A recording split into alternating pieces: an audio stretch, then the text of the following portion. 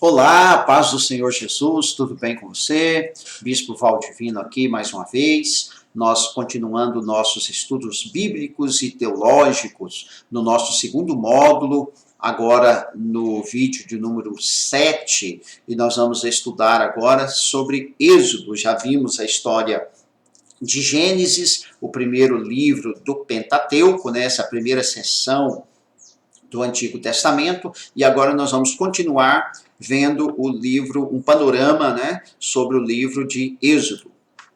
Está aqui, ó, Êxodo. A história do livro de Êxodo é a continuidade do livro de Gênesis. Veja os últimos versículos de Gênesis e os primeiros versículos de Êxodo. Vamos ver aqui, eu fiz questão de colocar, lembra que nós falamos que os livros do Pentateuco, eles têm uma continuidade. Então termina uma história e continua a outra. E esses versículos aqui, eles vão nos dar este ponto de ligação, que diz assim, Gênesis 50, 24 e 26.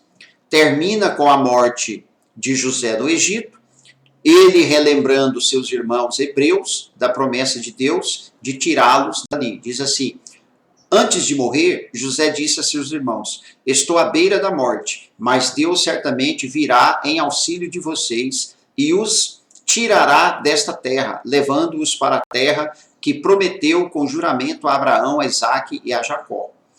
Verso 25, e José fez que os filhos de Israel lhe prometessem um juramento dizendo-lhes, quando Deus intervir em favor de vocês, levem os meus ossos daqui. Morreu José com a idade de 110 anos e depois de embalsamado, foi colocado num sarcófago no Egito.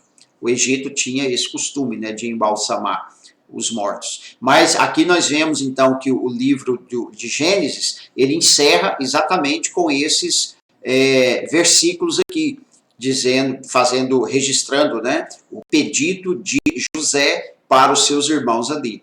Agora compare com os primeiros versículos de Êxodo, que diz, são estes, pois, os nomes dos filhos de Israel que entraram com Jacó no Egito, cada um com a sua respectiva família. Rubem, Simeão, Levi, Judá, Isacar, Zebulon, Benjamim, Dan, Naftali, Gade e Azer. Ao todos, os descendentes de Jacó eram 70. José, porém, já estava no Egito. Não é assim que o livro de Gênesis termina?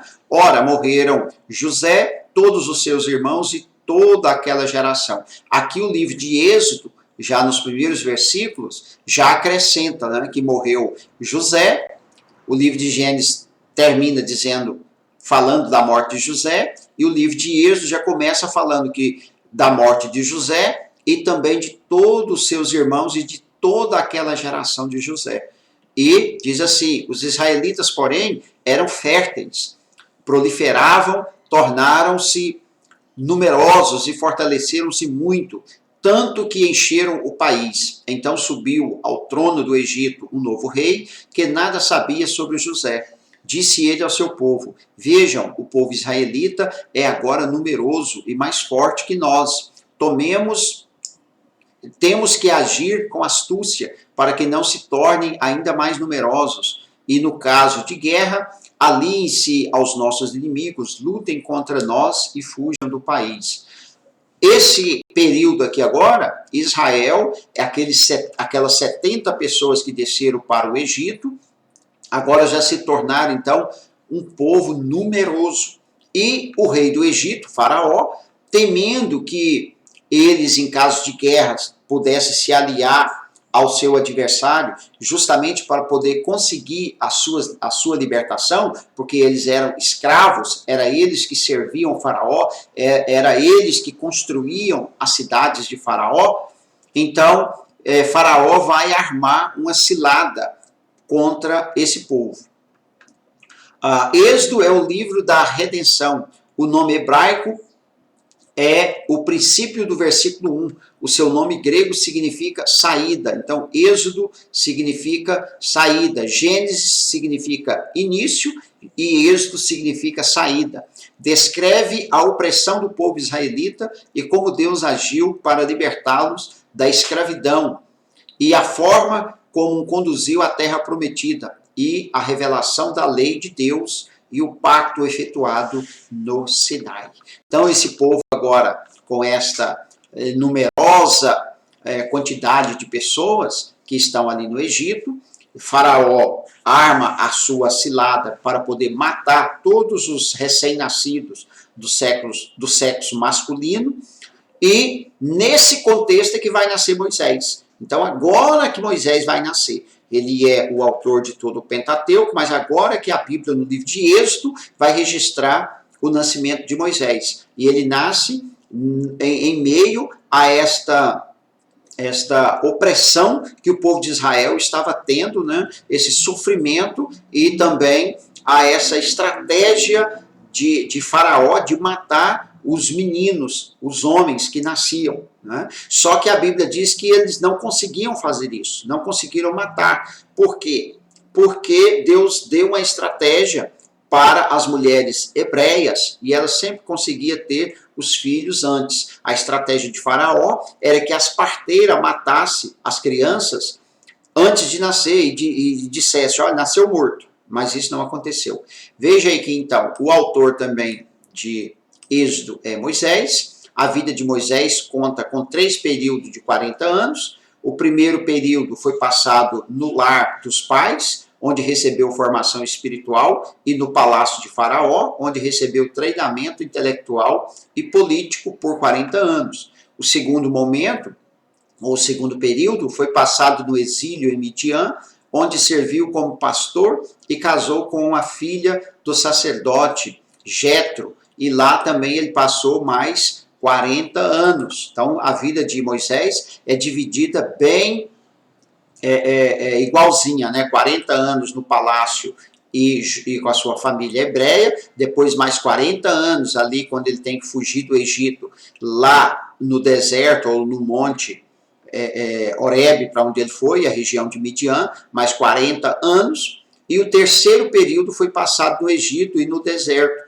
como libertador e líder de Israel. Ele ocupou as funções de profeta, sacerdote e rei por 40 anos. Então, são 3 períodos bem distintos na vida de Moisés, esse grande líder que Deus levantou para ser o seu legislador ali no deserto, e para ser também o libertador do povo do Egito e o guia desse povo ali por todo o deserto. Então a vida de Moisés foi uma vida assim, bastante agitada, corrida, ocupada, guiando este povo. E nós vamos ver algumas coisas que aconteceu nesse período aqui no livro de Êxodo.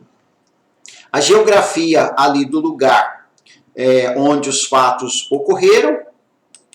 A narrativa do Êxodo ocupa a terra de Gósen, no Egito, né, a região do Delta, no Egito, o Mar Vermelho e depois a península do Sinai, aonde eles vão permanecer durante 2 anos, aonde Deus vai dar a lei, vai dar toda a revelação do tabernáculo.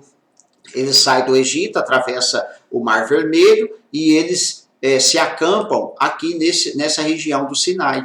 E nessa região do Sinai, eles ficam durante 2 anos. E toda essa narrativa você tem que depois pegar a Bíblia e ler. E lendo a Bíblia e agora anotando e seguindo para você pegar o fio dessa história. Tá? Religião, a religião que tinha lá no Egito.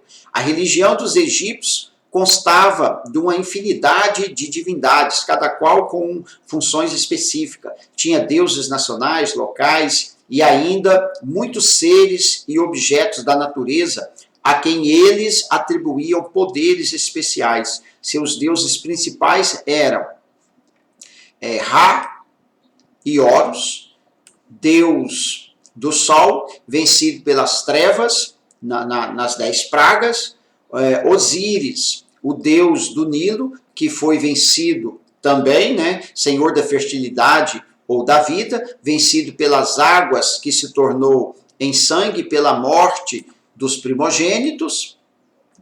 O Ptah, que era o deus de Mênfis e dos artistas, vencido pela vara que virou cobra. E adoravam também o boi, a vaca, o crocodilo, o gato, por acreditarem que os espíritos escolhiam seres e objetos para se manifestarem. Todos foram vencidos nas 10 pragas. Lembra que nós vamos entrar aqui logo à frente sobre as 10 pragas, mas cada uma daquelas pragas que Deus enviou contra o Egito, ele foi também, teve o motivo também de combater cada uma dessas divindades. Os egípcios acreditavam na vida após a morte, por isso faziam todos os seus preparativos para o sepultamento. Os ricos construíam grandes túmulos, onde guardavam junto dos corpos aquilo que queriam na vida futura. Após a morte de José, os israelitas aceitaram a idolatria egípcia, quebrando assim o pacto de Deus com os patriarcas, atraindo sobre si o castigo divino.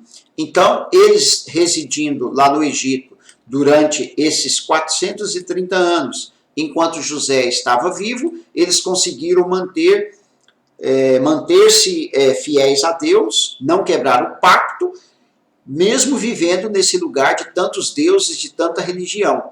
Mas após a morte de José, eles também aceitaram essa idolatria. E muitos deles começaram a adorar esses mesmos deuses das religiões ali dos egípcios. O panorama do livro. O livro relata 3 grandes acontecimentos na história de Israel. O livramento, a lei e o tabernáculo. Falamos agora. Então, o livro de Êxodo, ele vai trazer esse livramento do povo lá do Egito. Depois ele vai registrar a entrega da lei a Moisés e vai registrar também a construção do tabernáculo. Vamos ver aqui a letra A. O livramento dos israelitas, oprimido pelo poder egípcio, é o tipo da redenção geral efetuada por Cristo. Estas coisas, lá em Coríntios, vai dizer, essas coisas aconteceram a eles como exemplos e foram escritas como advertências para nós, sobre quem tem chegado o fim dos tempos. Então, lembra que eu disse que toda essa história é uma história que traz também um simbolismo da igreja, da história da igreja. E Paulo, quando ele escreve aqui aos Coríntios, lá no Novo Testamento, ele está mencionando essa história dos israelitas oprimidos. E ele vai dizer que estas coisas aconteceram a eles como exemplos e foram escritas como advertências para nós. Então, não está lá simplesmente para registrar uma história, mas como exemplo e advertência para nós. A opressão egípcia é o tipo do mundo. Faraó tipifica Satanás, o opressor, enquanto Moisés é um dos tipos de Cristo, o libertador. O conflito com o opressor resultou no êxodo, a saída do povo para fora do Egito, redimidos pelo sangue do Cordeiro Pascal. Deus manifesta o seu poder, fazendo-os passar pelo mar. Essa experiência foi celebrada com um cântico triunfal. Em seguida veio então o teste no pleno deserto. Aqui, novamente, a simbologia é muito forte, o simbolismo aqui é muito forte. Eles estão lá no Egito, então saem de lá, até mesmo a travessia do Mar Vermelho. O Novo Testamento vai dizer que é um simbolismo do batismo, que todos têm que passar pelas águas, o batismo nas águas, e Deus os tira ali do Egito, que é um simbolismo do mundo, quando Deus nos chama do mundo, que estamos escravos. Faraó, que tipifica Satanás, o opressor, enquanto Moisés, que tipifica Cristo, que é o libertador. E o conflito com o opressor resultou então no êxodo.